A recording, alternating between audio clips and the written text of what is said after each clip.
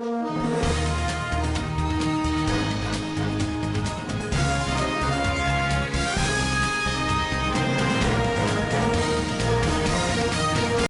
et messieurs, bonsoir et bienvenue dans votre télé digitale Bignona TV. C'est l'heure du journal.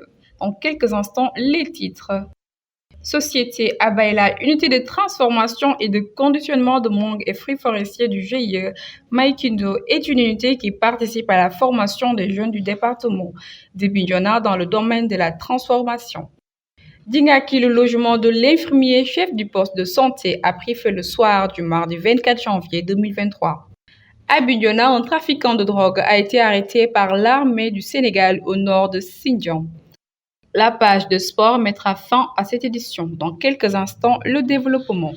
GIE Maikindo de Baïla, c'est une unité de transformation et de conditionnement de mangues et fruits forestiers qui transforme les fruits locaux tels que les mangues et bananes. Cette unité a participé à la formation des jeunes du département de Bignona. Écoutons Oulimata Diédiou, la gérante du GIE, au micro de la télé. C'est une unité de ma grande sœur, Maïmouna Diédou.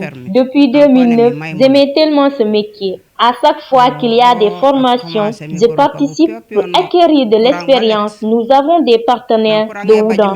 C'est eux-mêmes qui ont amené Maïmouna en France. Depuis lors, c'est moi qui assure la tâche de l'unité de transformation de Maikindo de Baïla. Cette unité est très reconnue ici au Sénégal. À mes débuts, je faisais le social. Je ne demandais rien. Je suis en collaboration avec le lycée agricole de Bignona. Beaucoup des élèves sont bien formés ici pour un stage de 2 ou 3 mois. Mais c'est très difficile de continuer avec le série. Je n'ai pas de moyens pour satisfaire à mes stagiaires. Vraiment, la facture s'est élevée à 200 000 francs CFA ou plus. Je lance un appel aux autorités de nous venir en aide financièrement et matériellement. Dingaki est un village qui se trouve à 31 km de Bignona. C'est dans cette localité qu'un incident s'est produit dans l'après-midi du mardi 24 janvier. Le logement de l'infirmier chef du poste de santé a pris feu aux environs de 17h et 18h. Selon Ami Monique Bassen, Madame Badi, cela pourrait être un court-circuit qui a causé cette brûlure. Pour plus de détails, nous l'écoutons au micro de Kadiali Sambou. La situation, on ne peut pas le dire parce que nous, on était sortis. Moi, j'étais malade. Je suis partie à Badiana avec ma sage-femme, accompagnée de ma sage-femme, pour partir à Badiana pour faire une échographie. C'est lorsqu'on est au retour, lorsqu'on est arrivé à Djignaki, près du lycée, qu'on a aperçu la fumée. C'est en ce moment que ma sage-femme m'a dit, est-ce que c'est la fumée là, est-ce que ça ne sort pas de l'hôpital? Moi, j'ai dit, non, ça ne peut pas être. Parce que ici, l'incendie, c'est la 3e fois que ça s'est répété. L'incendie a commencé au niveau de la chambre de ma sage-femme, en premier lieu. C'était la semaine dernière, c'était le 5 janvier.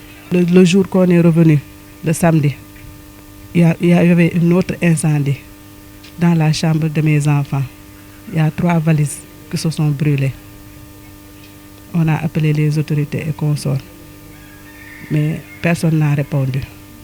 Je ne sais pas, on a dit que c'est un court-circuit électrique, c'est ça qu'on nous a dit.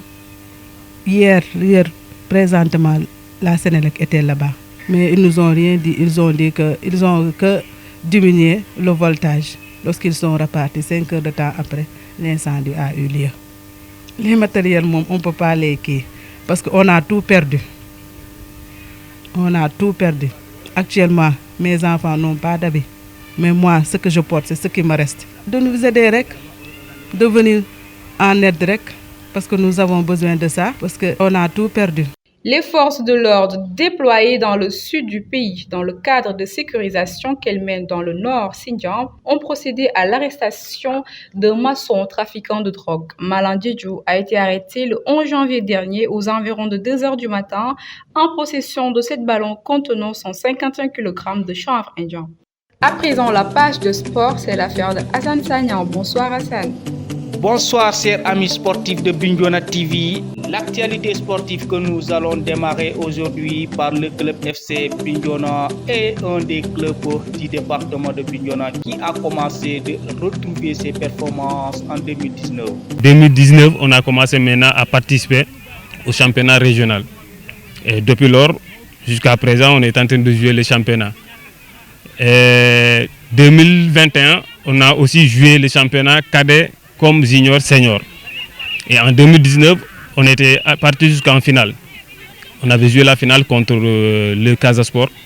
Et malheureusement pour FC Bignona, Casa nous a battus par Tirobi. Oui. Et l'année dernière aussi, on avait joué la demi-finale encore en catégorie junior contre encore le Casa Sport. Et malheureusement encore, le Casa Sport nous a battus par 2-0 en demi-finale.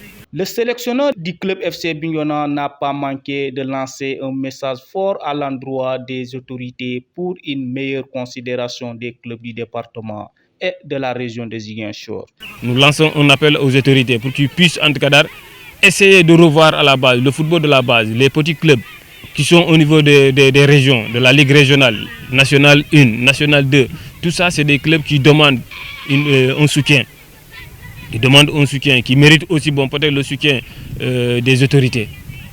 Nous terminons par le tournoi EFOA féminine. L'équipe nationale féminine du Sénégal s'est qualifiée en demi-finale en battant la Sierra Leone sur le score de 4-0. Merci Safina, c'est tout pour l'essentiel de l'actualité sportive. C'est la fin de cette présente édition. Merci d'avoir suivi cette édition. N'oubliez pas de vous abonner sur nos différentes plateformes Twitter, Instagram, YouTube et Facebook. Excellent sur le programme.